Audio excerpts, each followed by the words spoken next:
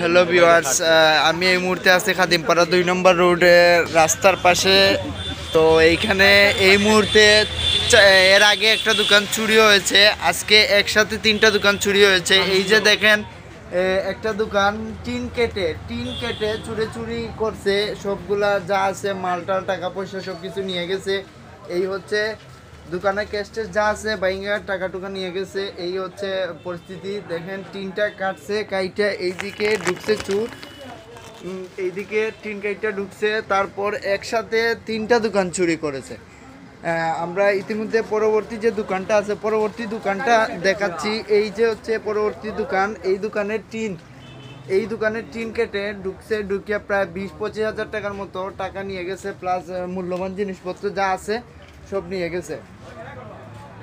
আমি প্রশাসনের দৃষ্টি আকর্ষণ করে বলছি, যারা আমাদের সাপুরান থানায় আছেন, যারা এইদিকে ডিউটিরত আছেন, আপনারা একটু ফলো করবেন। আর যারা নাইটে ডিউটি করেন আপনারা একটু প্লিজ ফলো করবেন। এই হচ্ছে পরিস্থিতি। আর পাশে আরেকটা ফার্মেসি আছে।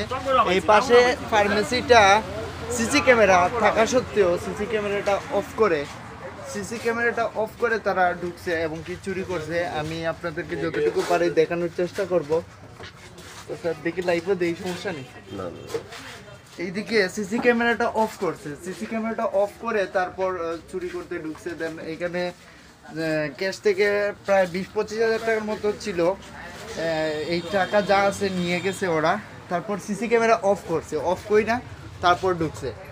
এই আমাদের প্রশাসনের দৃষ্টি আকর্ষণ করছি যে এই করুণ পরিস্থিতিতে এইরকম অমানবিক কাজ হচ্ছে, আপনারা একটু লক্ষ্য করবেন। এত ইয়ার সময়, এই যে মহামারীর সময় যে চুরি হচ্ছে, যে পরিস্থিতির মধ্যে এইভাবে চুরি হচ্ছে, আপনারা অবশ্যই বিষয়টা একটু খতিয়ে দেখবেন আর একটু তদন্ত করে দেখবেন। এইরকম যদি হয়, জনগণের ব্যবসার কোনো সিকিউরিটি নাই, কোনো সেফটি নাই, এইটা তো আপনাদের অবশ্যই দায়িত্ব আছে দেখার। এই যে ফার্মেসি থেকে প্রায় টাকাটা নিয়ে গেছে। এই যে সিসি ক্যামেরা থাকা সত্ত্বেও কিন্তু চুরি হয়েছে। সিসি ক্যামেরাটা অফ করে তারপর চুর ঢুকছে। হ্যাঁ, সিসি ক্যামেরাগুলো টোটাল অফ করে ঢুকছে চুর।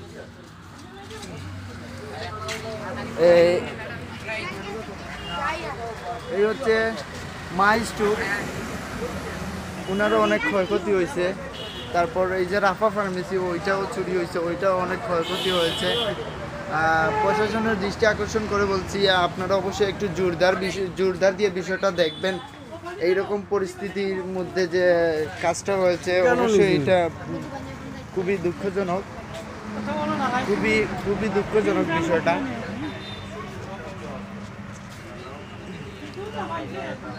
তার আজ থেকে 15-20 দিন আগে এই দোকানটাও চুরি হয়েছে। একই সাথে 4টা দোকান চুরি হয়ে গেছে। আজ থেকে 15-20 দিন আগে এই দোকানও চুরি হয়েছিল, ওই দোকানটাও চুরি হয়েছে। যে যা আছে মালটার মূল্যবান জিনিসপত্র যা আছে, সিগারেট, টাকা পয়সা যা ছিল, চুরি করে নিয়ে গেছে।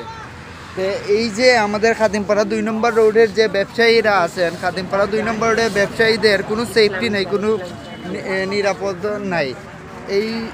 এই যে একজন ক্ষুদ্র দোকানদারকে যেভাবে মানে ক্ষতির মুখে ফেলেছে, মানে বলার মতো না এই পরিস্থিতি, বুঝছেন আপনারা। দেখেন ভিউয়ার্স, অথচ আমাদের এলাকাতে নাইটে অনেক পুলিশ ডিউটি করে, বাট ওরা কি একটু ওদের নজরে পড়লো না? হ্যাঁ, এইভাবে যদি এইরকম ছোট ক্ষুদ্র দোকানদারের যদি এইরকম ক্ষয়ক্ষতি হয়, তাহলে ওরা কিভাবে চলবে বা ওরা কিভাবে খাবে এইরকম।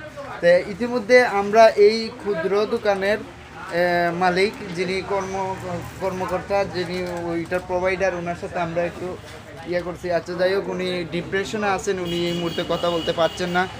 যাই হোক, তো ভিউয়ার্স, আপনারা বিষয়টা দেখতেছেন। আশা করি প্রশাসনের দৃষ্টি আকর্ষণ করে বলছি, আপনারা অবশ্যই বিষয়টা একটু খতিয়ে দেখবেন। তো আমার বিষয়টা আজকে এখানেই শেষ করছি। আল্লাহ হাফিজ, ভালো থাকেন ভিউয়ার্স।